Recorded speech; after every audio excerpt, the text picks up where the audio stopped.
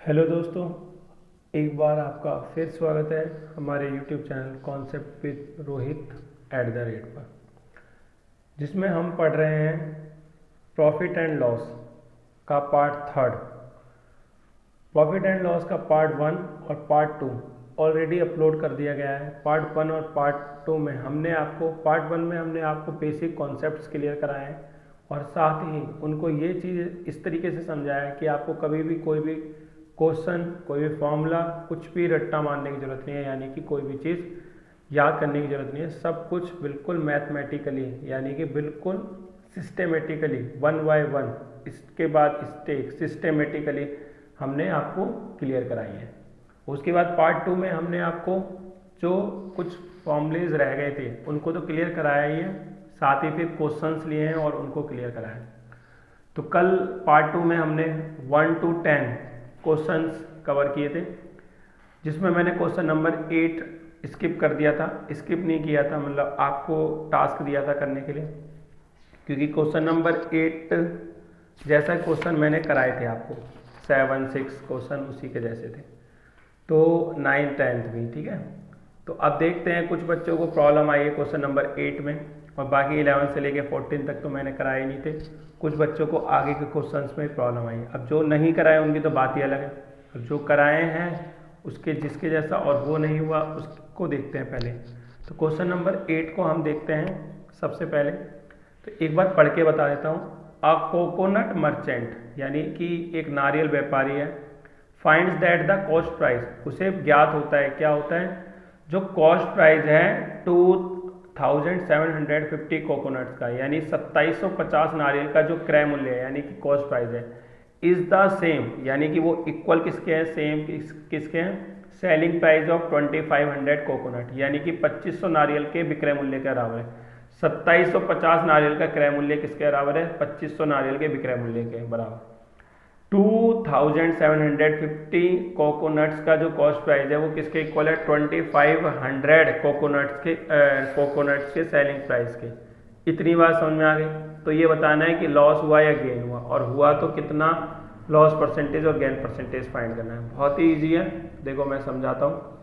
कुछ भी नहीं करना, जो क्वेश्चन में कहा है आपको बस वही लिखना है, ठीक है। इतनी बात समझ में आ गई, कोई दिक्कत वाली बात तो नहीं। देखो कैसे करते हैं, जो चीज़ लिखी है देखो मैं वही लिखूंगा। क्या लिखा हुआ है क्वेश्चन में, क्वेश्चन में क्या बोला, क्वेश्चन में बोला है cost price of 2750 coconuts equal किसके है, सेलिंग प्राइस ऑफ 2500 कोकोनट्स, जो भी है समथिंग। कॉस्ट प्राइस और सेलिंग प्राइस को मैंने कल भी बताया था, एक तरफ कर लो, बाकी जो न्यूमेरिकल वैल्यूज हैं उनको एक तरफ कर लो, कर ली। उसके बाद जो कट हो रहा है कट कर लो, फिर सिंपलेस्ट फॉर्म में लेके आओ। 25 से कट हो रहा है ये, और ये 25 से कट हो रहा है 11 टाइम्स में। इतनी बात समझ में आ गई। तो कॉस्ट प्राइस और सेलिंग प्राइस कितना आ गया हमारे पास, 10/11। क्लियर है। तो आपकी मर्जी है, लेट कॉस्ट प्राइस को आप क्या मान लो, 10x, और सेलिंग प्राइस को क्या मान लो, 11x। ये मैंने समझाया था क्यों मानते हैं, क्योंकि ये रेशो वाला कॉन्सेप्ट है। ये आगे जाके अगर इसे लिखना चाहेंगे तो क्या होगा, कॉस्ट प्राइस सेलिंग प्राइस का रेशो क्या आया, 10:11। इतनी बात समझ में आई। तो जब भी रेशोज में कोई चीज़ रहती है तो हम क्या मानते हैं, पहले कॉस्ट प्राइस है तो पहले वाला कॉस्ट प्राइस, मतलब बाद में सेलिंग प्राइस तो बाद वाला सेलिंग प्राइस। ऑलवेज इनको एक वेरिएबल के साथ मल्टीप्लाई करके माना जाता है। तो कॉस्ट प्राइस क्या हो गया 10x, और सेलिंग प्राइस क्या हो गया 11x। आप चाहो तो 10a और 11a भी मान सकते हो, आप चाहो तो 10b 11b भी कुछ भी मान सकते हो, बस एक वेरिएबल से मल्टीप्लाई करने के बाद लिख सकते हो। तो लेट कॉस्ट प्राइस 10x हो गया और सेलिंग प्राइस 11x हो गया। अब देख रहे हैं प्रॉफिट हो रहा है लॉस हो रहा है, सेलिंग प्राइस ग्रेटर देन है इसीलिए प्रॉफिट हो गया। तो कितना आया x, प्रॉफिट परसेंटेज निकालना है हमें, क्या निकालना है, प्रॉफिट परसेंटेज। इतनी बात समझ में आ गई। तो प्रॉफिट परसेंटेज निकाल देते हैं। तो जब प्रॉफिट परसेंटेज निकालेंगे तो क्या आएगा, डायरेक्ट लगा रहा हूँ, प्रॉफिट अपॉन में कॉस्ट प्राइस। कॉस्ट प्राइस कितना है 10x, इनटू में क्या है 100, x से x कट गया और 100 अपॉन में 10, 0 से 0 कैंसिल हो गया, 10%। इतनी बात समझ में आ गई, कोई दिक्कत वाली बात तो नहीं है। चले आगे, बाकी कुछ हिंदी मीडियम वाले बच्चे होंगे तो वो देख लो। देखो बाकी सब तो सेम ही है। 2550 नारियल का क्रय मूल्य किसके बराबर है?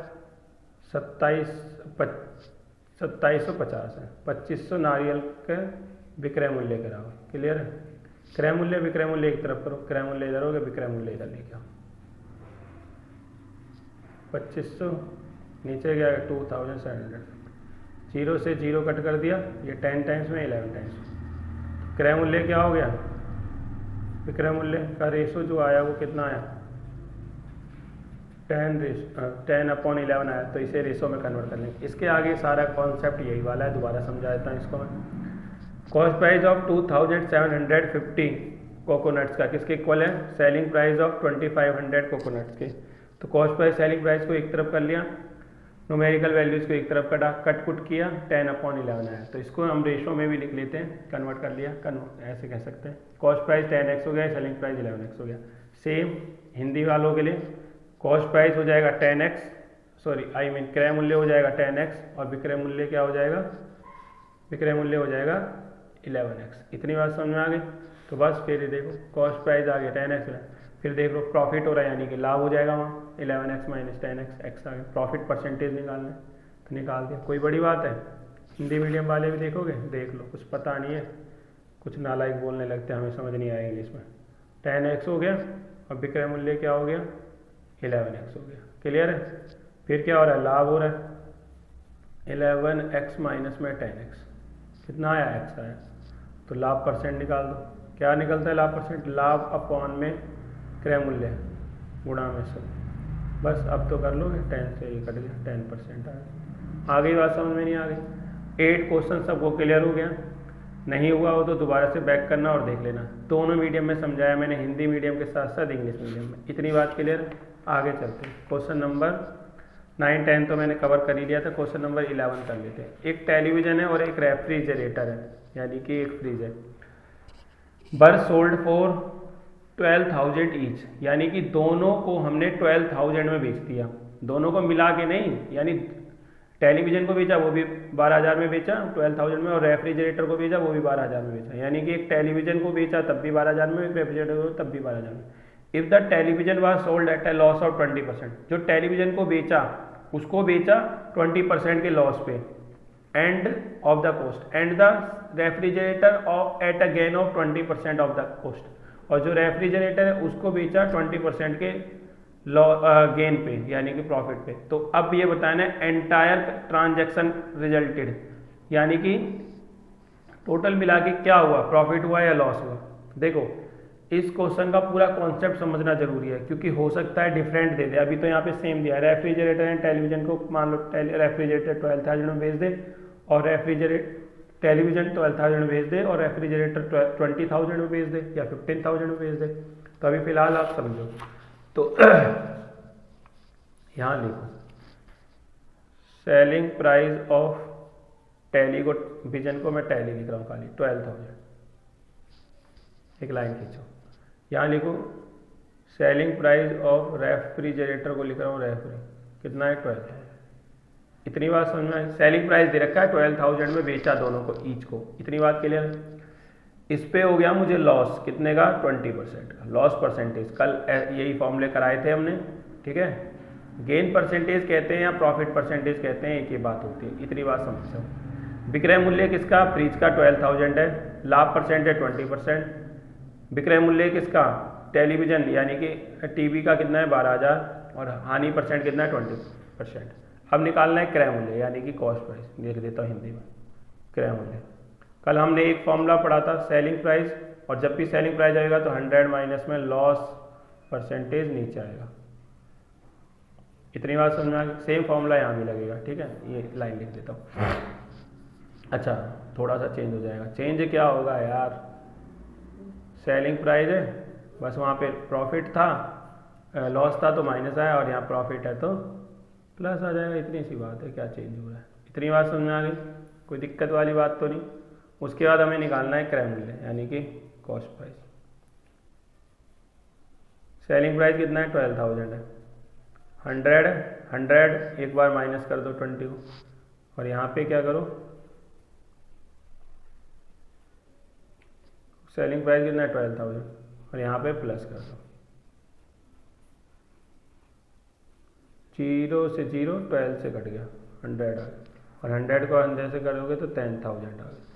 0 से 0 4 2 जा 4 3 जा 3,000 और 2 5 जा, यहाँ आ गया 15,000। इतनी बात समझ में आ गई, कोई दिक्कत वाली बात तो नहीं। तो ये आ गया क्रय मूल्य, ये भी आ गया क्रय मूल्य, यानी कॉस्ट प्राइस आ गया। तो टोटल कॉस्ट प्राइस क्या आ गया, total cost price of television plus में रेफ्रिजरेटर कितना आ गया 15 और 10 कितना हो गया 15,000 प्लस में 10,000, एक मिनट, प्लस में 10,000 25,000 हो गया, हाँ या ना।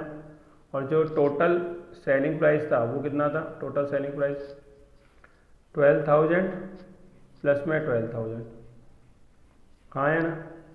तो कितना हो गया 24,000। हमें निकालना क्या है, एक बार देख लो। कॉस्ट एंटायर ट्रायल रिजल्ट, यानी क्या हुआ, प्रॉफिट हुआ या लॉस हुआ, ये निकालना। अब बताओ प्रॉफिट हुआ या लॉस हुआ, हो रहा है ना लॉस, लॉस हो गया। कॉस्ट प्राइस माइनस में सेलिंग प्राइस, क्योंकि 25,000 माइनस में 24,000 कितना हो गया 1,000 का। इतनी बात समझ में आ गई, 1,000 का लॉस हो गया। अगर लॉस परसेंटेज कहता था लॉस परसेंटेज निकाल देते, कौन सी बड़ी बात है, बट बोला नहीं उसने, लॉस परसेंटेज देख लेते। लॉस कितना है 1,000, कॉस्ट प्राइस कितना है 25,000, इंटू में क्या है 100, 2 0 से 2 0 25, 3 0 से 3 0 25 4 तो 4% आ गया। लॉस परसेंटेज क्या आ गया 4%। दोबारा समझ लो, एक व्यापारी है या जो भी है, देख लेते हैं, एक व्यापारी नहीं है ऐसी, मतलब एक इंसान है, ठीक है, उसने एक टेलीविज़न खरीदा, टेलीविज़न को बेचा 12,000 में, एक रेफ्रिजरेटर को बेचा वो भी 12,000 में बेचा, दोनों को। मगर जो टेलीविज़न था उस पर 20% का हमें क्या हो गया था, लॉस हो गया था, और जो रेफ्रिजरेटर था 20% का प्रॉफिट हो गया था, यानी कि हानि हो गई थी, यानी गेन हो गया था। तो हमें कॉस्ट प्राइस निकालना है दोनों का। कॉस्ट प्राइस का फॉर्मूला क्या होता है, कल ही हमने पढ़ा है। उसके बाद हमने बस कुछ भी नहीं किया, फॉर्मूले में पुट किया है और वहाँ से हमने कॉस्ट प्राइस निकाला है। टोटल कॉस्ट प्राइस देख लिया हमने कितना आया, और टोटल सेलिंग प्राइस क्या होगा, दोनों का 12,000 था तो 24,000। अब बताओ प्रॉफिट हो रहा है या लॉस हो रहा है, लॉस हो रहा है 1,000 का, हाँ है ना। और फिर लॉस परसेंटेज निकाल दिया, कोई दिक्कत है ना, आसान। चलें आगे, कोई दिक्कत वाली बात तो नहीं। 12 क्वेश्चन देखो, 2 बाइसिकल, यानी कि 2 बाइसिकल है, यानी कि 2 साइकिल है, ठीक है, दोनों को बेचा इतने रुपए ईच में। एक पर हो गया 5% का गेन यानी कि प्रॉफिट, और एक पे हो गया 5% का लॉस यानी कि 5% की हानि। 2 साइकिल बेची गई प्रत्येक, यानी दोनों को इतने इतने में बेचा गया। एक पे 5, सेम यही वाला क्वेश्चन है, वहाँ पे 12,000 था दोनों का विक्रय मूल्य, और यहाँ पे क्या है 39,190 यानी 3,990। एक पे 5% का गेन कर देना और दूसरे पे 5% की हानि करके दिखाना है क्वेश्चन, ठीक है। सेम है तो इसलिए मैं छोड़ रहा हूँ। एक ट्रेड्समैन है, यानी एक व्यापारी है, उसने क्या करा, sold an article at a loss of 20%, यानी 20% के लॉस पे बेच दिया एक आर्टिकल को। If the selling price had been increase by 100, अगर सेलिंग प्राइस को मैंने 100 रुपीज़ इंक्रीज कर दिया, there would have been a gain of 5%, तो 5% का गेन हो जाता है। तो कॉस्ट प्राइस निकालना है, देखो हिंदी में पढ़ देता। एक व्यापारी है, उसने 20% की हानि पर बेच दिया, कोई भी वस्तु थी, तो कह रहा है जो हमने बेचा है तो हमें 20% का लॉस हो गया है, मगर अगर मैं 100 रुपये ज़्यादा में बेचता, हमें नहीं पता कितने में बेचा है बट बता रहा है, कह रहा है अगर 100 रुपये ज़्यादा में बेच देता तो क्या हो जाता, 5% का प्रॉफिट हो जाता। यानी कि इन दोनों को माइनस कर, चलो अभी मैं बताता हूँ, ठीक है। वस्तु का क्रय मूल्य क्या था ये पूछ रहा है, तो बहुत ही टफ क्वेश्चन लग रहा होगा ये, ठीक है, मगर हम इस तरीके से करेंगे कि बहुत ही ईजी हो जाएगा। दोनों मेथड करेंगे, एकदम बिल्कुल कॉन्सेप्ट और बाकी फिर एकदम शॉर्टकट। वो भी एक देखा जाए तो कॉन्सेप्ट ही है कि आखिर कैसे किया जा सकता है। देखो, एक ट्रेड्समैन है, एक व्यापारी है, उसने क्या करा, एक आर्टिकल को बेचा है। बेचने से पहले तो खरीदा भी होगा, तो खरीदने के लिए मैंने क्या मान लिया, लेट कॉस्ट प्राइस, यानी कि माना क्रय मूल्य क्या हो गया, माना क्रय मूल्य, कॉस्ट प्राइस ऑफ किसका, वस्तु का, यानी कि कॉस्ट प्राइस ऑफ आर्टिकल, ठीक है, क्रय मूल्य वस्तु का। तो क्रय मूल्य किस वस्तु का क्या मान लिया, मान लिया एक्स रुपीज़ है, क्लियर। उसके बाद क्या करा, उसने बोला है कि इस पर 20% का हमें क्या हो गया, लॉस हो गया। तो दो सेलिंग प्राइस है, एक सेलिंग प्राइस जब है जब हमें 20% का लॉस हुआ, और एक सेलिंग प्राइस जब है जब हमें 5% का गेन हुआ। 5% ही है ना, हाँ 5% का गेन हुआ। तो देखते हैं, तो फर्स्ट सेलिंग प्राइस निकालते हैं, फर्स्ट सेलिंग प्राइस जब 20% का लॉस हुआ। तो फॉर्मूला वही है, सेलिंग प्राइस का कॉस्ट प्राइस 100 माइनस में लॉस परसेंटेज, ऐसा होता है, अपॉन में 100। याद होगा आपको आई थिंक। 80 अपॉन में 100 नहीं याद तो देख सकते हो, 2 4 जा 2 5 जा, यानी कि सेलिंग प्राइस क्या आ गया 4x अपॉन 5। इतनी बात समझ में आ गई, फर्स्ट सेलिंग प्राइस। अब कह रहा है सेकंड सेलिंग प्राइस निकालो, सेकंड सेलिंग प्राइस। अब की बार क्या कर रहा है कि 5% के गेन पे बेच रहा है, तो 100 प्लस में 5 अपॉन में 100। अभी बिल्कुल तरीके में समझा रहा हूँ, बाकी फिर देखना कैसे समझाएंगे। 5 2 जा 5 1 जा 5 2 जा, यानी 21x अपॉन में 20। इतनी बात समझ में आ गई। अब पता है क्या कह रहा है, जब हमें 20% का लॉस हुआ एक बार, तब तो हमारा सेलिंग प्राइस ये हो गया, और जब हमें 5% का गेन हुआ तब हमारा सेलिंग प्राइस ये हो गया। बट वो क्या कह रहा है ना कि जब हमें 20% का लॉस हुआ था ना, सेलिंग प्राइस यानी जो हमने बेचा था उसको उस इतने में बेचा था। अब इसको ना, यानी एक वस्तु को इतने में बेचा, यानी एक आर्टिकल को हमने इतने में सेल किया, इसमें 100 रुपीज़ इंक्रीज कर दो, यानी कि 100 रुपीज़ ज़्यादा में बेच दो, तो हमें क्या हो जाएगा 5% का गेन, यानी सेलिंग प्राइस ये हो जाएगा। दोनों एक दूसरे के इक्वल हुए नहीं हुए, यहाँ लिख दो according to question. According to question जो उसने बोला है हमने वही किया, कुछ भी नहीं किया। जो पहले सेलिंग प्राइस था यानी कि जितने में बेचा था उसमें 100 रुपये और बढ़ा दो, यानी कि जितने में बेच रहे थे उसमें 100 रुपये और ज़्यादा में बेचो, तो किसके इक्वल आ जाएगा। तो अब जब हमें 20% का लॉस हो रहा था, बट अब क्या हो गया 5% का गेन, और 5% के गेन में सेलिंग प्राइस क्या है, इसीलिए ये पूरा किसके इक्वल हो गया, इसके। इतनी बात समझ में आई। एक्स वाले एक तरफ, बिना एक्स वाले एक तरफ, 21x अपॉन 20, 4x अपॉन 20 हो गया, ओ सॉरी 5 है ना, 5 हो गया। एलसीएम ले लिया, 20 और 5 का क्या आ गया, 20 आ गया। 21x हो गया, 20 को 20 से करा 1, 1 को 21 से गया 20, 20 को 5 से गया 4, 4 4 जा 16। इतनी बात समझ में आ गई। यहाँ आ गया 100, यहाँ आ गया 5x, यहाँ आ गया 20। क्लियर है। अब देखो x को यहीं रहने दो, 100 यहाँ पलट गया, 20 अपॉन में 5 हो गया, हाँ आया ना। अब कट कर दिया, 5 2 जा 20 को 20 से करोगे तो x की वैल्यू क्या आ गई 400 है। इजी नहीं है, कोई दिक्कत वाली बात तो नहीं है। x की वैल्यू आ गई हमारे पास 400, यानी कि वो जो वस्तु थी, यानी कि वो जो आर्टिकल था उसका कॉस्ट प्राइस क्या था 400 था। कितना था 400। एक बार दोबारा देख लो, एक हमारे पास एक आर्टिकल है उसका कॉस्ट प्राइस कितना है x रुपीज़ है, ठीक है, मान लिया हमने।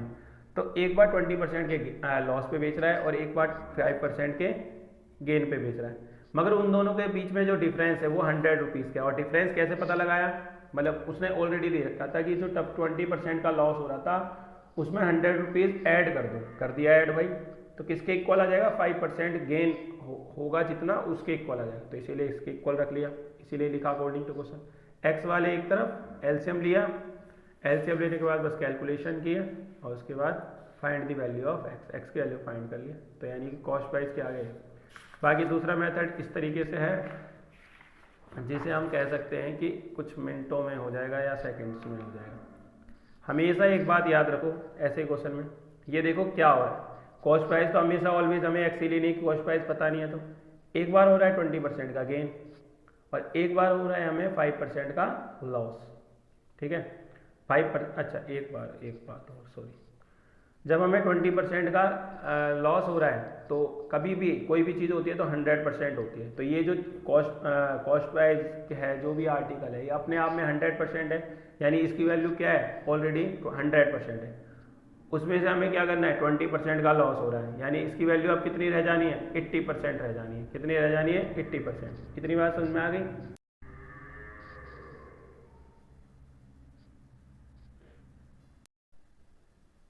जो वैल्यू है वो क्या रह जानी है 80% रह जानी है, रह गई 80%। और जब 5% का गेन होगा तो 100 में ऐड कर दो, तो 100 में 5%। गेन वाले को प्रॉफिट वाले को ऐड करते हैं, लॉस वाले को हमेशा माइनस करते हैं। तो यानी कि अभी जो सेलिंग प्राइस था ये कॉस्ट प्राइस था, तो सेलिंग प्राइस निकल गया पहले अप वाला और फिर ये वाला, तो इन दोनों का जो डिफरेंस है वो क्या है 100 है, तो बस 105% माइनस में एक्स का 80%, इसके इक्वल आएगा 100 से। इतनी बात सुने, एक और परसेंट का हटा के नीचे 100 भी लिखने की जरूरत नहीं है, दोनों परसेंटेज में तो डायरेक्ट माइनस करो, 105 से 80 गया तो 25%। इतनी बात समझ में आ गई। और 25% आपको पता है 1/4 होता है, बाकी देख लो करके एक बार, 25 बन जाए 25 4 जा, तो 1/4 हो गया, यहाँ आ गया 100, उधर जाएगा 4 तो पता ही आपको 400 हो जाएगा, बाकी कर देता कुछ बच्चों को नहीं पता चलेगा, 4/1 हो जाएगा, 1/4 उधर जाएगा तो 4/1 हो जाएगा, क्योंकि जो चीज़ मल्टीप्लाई में होती है उधर जाके डिवाइड में हो जाती है, जो डिवाइड में होती है वो मल्टीप्लाई, तो 400 हो गया, नीचे 1 लिखने की नहीं है, तो देखो तब भी वही आंसर आया। समझ में आया? इस तरीके से करना है, कोई दिक्कत वाली बात तो नहीं है, कोशिश करेंगे, ट्राई करेंगे और हो जाएगा, ठीक है। बाकी क्वेश्चन नंबर 14 देखो आप। क्वेश्चन नंबर 14, एक रेडियो है तो उसे कितने में बेचा, 990 रुपीज़ में बेचा, एट ए प्रॉफिट ऑफ 10%। यानी कि अगर एक रेडियो को मैंने बेचा तो प्रॉफिट कितने का हो गया, 10% का प्रॉफिट हो गया। कितने का प्रॉफिट हो गया, 10% का। But would have been the actual profit और loss it had been sold for 890। कह रहा है कि अगर 990 में बेचा मैंने तो उसे 10% का प्रॉफिट, 990 में बेचने पे 10% का लाभ हो गया। अगर उसे 890 में बेचते तो क्या होता, लाभ होती या हानि होती, ये पूछना चाह रहा है। यहाँ दिखा देता हूँ, एक रेडियो 990 में बेचा गया तो 10% का लाभ होता है, तब वास्तविक लाभ या हानि क्या होगी, यानी कि प्रॉफिट या लॉस क्या होगा जब 890 रुपये में बेचेंगे तो सबसे पहले तो हमें इसका कॉस्ट प्राइस पता होना चाहिए, ताकि हम ये डिसाइड कर सकें कि आखिर में कॉस्ट प्राइस था कितना, कि बेचने पे प्रॉफिट हो रहा है या लॉस हो रहा है। तो सेलिंग प्राइस कितना था, 990, यानी कि विक्रय मूल्य 990 में बेचा, और लाभ परसेंट कितना था, 10%। तो यानी कि कॉस्ट प्राइस निकालो, यानी कि क्रय मूल्य निकालो। क्रय मूल्य निकाल देते हैं। क्रय मूल्य का फॉर्मूला अभी पढ़ा, कितनी बार पढ़ा है, अभी क्या पढ़ा, सेलिंग प्राइस इनटू में, जब भी सेलिंग प्राइस होता है तो वो नीचे आता है 100 प्लस में प्रॉफिट परसेंटेज, यानी 110, 100 प्लस ये 10 आएगा, 0 से 0 11 9 जा, 9 को 100 से करोगे तो कितना आएगा, 900। समझ में आया? यानी कि जो कॉस्ट प्राइस है, यानी जो हमने वस्तु को आर्टिकल को खरीदा था, यानी जो वस्तु थी उसको खरीदा था 900 रुपये में, कितने में, 900 में। जब 990 में बेचा तब तो मुझे हो गया 10% का प्रॉफिट। अब वो कितने में बेचना चाह रहा है, it had been sold for 890, तो रेडियो को 890 रुपये में बेचा जाए तो प्रॉफिट होगा या लॉस होगा, बस इतनी सी बात पूछ रहा है। तो अब नया विक्रय मूल्य क्या हो गया, नया विक्रय मूल्य 890, तो बताओ प्रॉफिट हुआ या लॉस हुआ, सिंपल सी बात है, लॉस हो गया, यानी कि हानि हो गई, लॉस। कितने का हो गया, 10 रुपीज़ का हो गया, आई थिंक 10 रुपीज़ का हो गया। बताओ, इतनी बात, इतनी आसान है ना, कितना आसान। चलें आगे, कर लोगे सारे बच्चे। कुछ भी नहीं था, सेलिंग प्राइस पता था, प्रॉफिट परसेंटेज 10% हो रहा था, तो मैंने क्रय मूल्य निकाला। अब वो कह रहा है जो भी अब कह रहा है जब 990 में बेचा तब तो 10% का लाभ हो गया, अगर इसे 890 में बेचूं तो क्या होगा, तो देख लिया कॉस्ट प्राइस निकालने के बाद क्या होगा। एक आर्टिकल है उसको बेचा 178 में, तब मुझे लॉस हो गया 11% का, तो बताओ but should be it's selling price, तो उसका सेलिंग प्राइस क्या होगा अगर उसको 11% के प्रॉफिट में बेचा जाए। समझ में आया? कुल मिला के बात यह है कि एक आर्टिकल को 178 में जब बेच रहा हूँ तब तो 11% का लॉस हो रहा है, और अगर उसे प्रॉफिट कमाना है 11% का तो कितने में बेचूं, बस इतनी सी बात है। तो कोई बात नहीं, ये भी बहुत ईजी है। क्वेश्चन नंबर 15, मुझे पता है विक्रय मूल्य 178 है, क्लियर है, और मुझे पता है लॉस परसेंटेज यानी कि हानि परसेंट कितना है, 11% है। तो मुझे क्या निकालना है, क्रय मूल्य निकालना होगा सबसे पहले। इंग्लिश वालों समझ जाना, सेलिंग प्राइस लॉस परसेंटेज, तो 178 100 माइनस में 11, 178 हो गया, और 100 माइनस में 11, 10 से 11 9, 9 से 11 8, क्लियर है। ये 2 टाइम्स में चला गया, 2 इंटू में 100, तो कितना हो गया, 2 इंटू 100 कितना आएगा मेरे बच्चों, 200 रुपये। विक्रय मूल्य पता था, हानि परसेंट यानी लॉस परसेंटेज पता था, सेलिंग प्राइस इंटू में 100 माइनस लॉस परसेंटेज फॉर्मूला होता है। 100 से 11 गया 89 2 चा होता है, देखो 89, 9 दूनी 18 9 16 17, 178 आ गया, क्लियर है। चलें आगे, तो 200 आ गया, कोई दिक्कत वाली बात, क्रय मूल्य आ गया। मगर मुझे क्रय मूल्य तो आ गया मेरे पास, कॉस्ट प्राइस, मगर मुझे मेरे पास 11% का लाभ कमाना है। 11% का लाभ कमाना है, तो बताओ कितने में बेचना चाहिए मुझे, यानी सेलिंग प्राइस पूछ रहा है, यानी सेलिंग प्राइस पूछ रहा है कब, जब 11% का प्रॉफिट कमाना है। तो क्या करेंगे, कॉस्ट प्राइस इंटू में 100 प्लस में प्रॉफिट परसेंटेज अपॉन में 100। इतनी बात समझ में आई? तो 200 हो गया, और यहाँ क्या हो गया 111 बट्टे में 200। इतनी बात समझ में आई? 200 200 111 बट्टे में 200, ठीक है।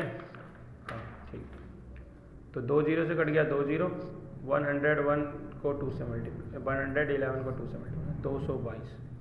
तो आ गया ये सेलिंग प्राइस। ये सेलिंग प्राइस 222 होगा कब, जब 11% का मुझे गेन होगा। दोबारा समझ लो क्वेश्चन नंबर 15, कुछ भी नहीं है। क्वेश्चन नंबर 15 में कह रहा है एक आर्टिकल है 178 रुपीज़ में जब मैंने उसे बेचा, यानी सेल किया, तो मुझे 11% का लॉस हो गया। अगर तो बताओ मुझे उसे कितने में बेचूं कि मुझे प्रॉफिट हो जाए 11% का। इतनी सी बात पूछी है, नहीं है इजी?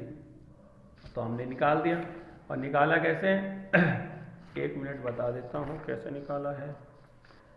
तो सेलिंग प्राइस पता है और लॉस परसेंटेज पता है, तो मैंने निकाला कॉस्ट प्राइस, ठीक है, फॉर्मूला लगा के। और जब कॉस्ट प्राइस आ गया मेरे पास, तो फिर मेरे को तो प्रॉफिट कमाना है ना 11% का, तो उसी के अकॉर्डिंग सेलिंग प्राइस चाहिए, तो सेलिंग प्राइस निकाल दिया। इधर करिए पूरी कैलकुलेशन, स्क्रीनशॉट ले लिया करो, नोट कर लिया करो, सेकंड टाइम वॉच करके। मुझे पता है आप एक बार भी नहीं देखते हो, एक बार भी जो वीडियो देखते हो भगा भगा के देखते हो, और जो नहीं देखता है भगा के उसको डाउट आता है और वो रियली में पूछता है। मैंने कुछ क्वेश्चंस दिए थे, उनके आंसर पूछे थे, क्वेश्चन नंबर 80 दिया था, और बाकी फॉर्मूले के बेस पे दिए थे, किसी का कोई भी रिप्लाई नहीं आया। तो ये बात एकदम गलत है, बाकी आपकी मर्जी है, नहीं करना तो मत करो भाई। If a man were to sell his chair, एक मैन ने अपनी चेयर को बेचा 720 रुपीज़ में, तो उसे लॉस हो गया 25% का। तो ये बताना है कि 25% का हमें प्रॉफिट कमाने के लिए कितने में बेचना चाहिए। सेम इसकी तरह है, सबसे पहले सेलिंग प्राइस और लॉस परसेंटेज पता है तो निकालेंगे कॉस्ट प्राइस, और आफ्टर कॉस्ट प्राइस निकालने के बाद क्या करेंगे, लॉस प्रॉफिट परसेंटेज पता है तो सेलिंग प्राइस निकाल देंगे। है आसान या नहीं आसान? चलें आगे, नहीं चलें? ये वाला एक आर्टिकल है, उसे 20% के लॉस पे बेच दिया। सेम उसकी तरह क्वेश्चन है जो मैंने अभी बताया था शॉर्टकट में। अगर 60 रुपये ज़्यादा में बेचता, 60 rupees more when it is a sold at A gain of 20, तो 20% का मुझे प्रॉफिट हो जाता। तो बताओ कॉस्ट प्राइस बतानी है आर्टिकल की। सेम उसकी तरह करके देखो ये शॉर्टकट है, तो एक बार मैं दोबारा समझाता हूँ, हो सकता है कुछ बच्चे ना कर पाएँ। क्वेश्चन नंबर 80, 20% का मुझे लॉस हो रहा है, तो 80% हो गया, 100 में से 20 माइनस किया। कोई भी चीज़ होती है 100% होती है, 20% लॉस हो रहा है तो 80% हो गया। ऐसे ही 20% गेन हो जाएगा तो 120% हो गया। फिर मैंने बोला था इन दोनों को माइनस कर देना, 120% माइनस में 80%, और इन दोनों के बीच में डिफरेंस कितना है 60 का, तो ये माइनस करा तो क्या आ गया 40%। एक बार चेक कर लूँ कि 2020 था कि कुछ और था। हाँ 2020 था, तो ये आ गया 40%, इधर आ गया 60, तो 40% हटा नीचे 100 आ गया, 0 से 0 कट गया, यहाँ 60 चल रहा है, 60 है 10 अपॉन में 4 से इसे कट कर दिया 15 इंटू 10 150। क्लियर है नहीं क्लियर? कॉस्ट प्राइस आ गया 150। दोबारा से देख लेना, दोबारा समझ लेना। 20% का मुझे क्या हो रहा था लॉस, तो 80% हो गया 100 माइनस 20% का गेन होता है 100 प्लस 20 हो गया 120। दोनों को माइनस करने पे डिफरेंस उनके बीच कितना आता है 60 रुपीज़ का, ठीक है। तो बस माइनस करा और सॉल्व किया और आंसर आ गया। कॉस्ट प्राइस आ गया क्वेश्चन नंबर 18 का। तो क्वेश्चन नंबर 19 और क्वेश्चन नंबर 20 ये मैं टास्क दे रहा हूँ आपको, और क्वेश्चन नंबर 18 भी। तो ये क्वेश्चन नंबर 17 था, सॉरी क्वेश्चन नंबर 17 था, ठीक है। तो क्वेश्चन नंबर 18, 19, 20 देखते हैं कौन बच्चा करके दिखाता है और मेरे को कमेंट करेगा। क्वेश्चन नंबर 20 तो है इजी, लॉस हो रहा है प्रॉफिट बताना है। क्वेश्चन नंबर इन दोनों की बात है बस, क्वेश्चन नंबर 18 और 19 की। इसमें देखते हैं किस बच्चे को आता है, और बाकी हम क्वेश्चन पार्ट 4 में और भी अच्छे क्वेश्चंस के साथ आएंगे और ये भी आपके डाउट्स भी क्लियर करेंगे। तो मेरे दोस्तों आपको वीडियो कैसे लगी कमेंट बॉक्स में प्लीज़ बताओ। जो भी बच्चा देखता है तो प्लीज़ लाइक एंड सब्सक्राइब करवा दो, ज़्यादा से ज़्यादा शेयर करो, और लाइक सब भी बच्चे कर दिया करें। और अच्छे अच्छे क्वेश्चन हम लेके आते रहेंगे, और हमें ऐसे ही सपोर्ट करते रहिए और बने रहिए। और वीडियो को जरूर देखा करो, आप वीडियो को भगा भगा के मत देखा करो, और सेकंड टाइम में वीडियो को दो बार देखोगे तो आपको ही ज़्यादा अच्छे से समझ में आएगा। ठीक है ना, आपके फ़ायदे के लिए ही बात कर रहा हूँ मैं। तब तक के लिए बाय।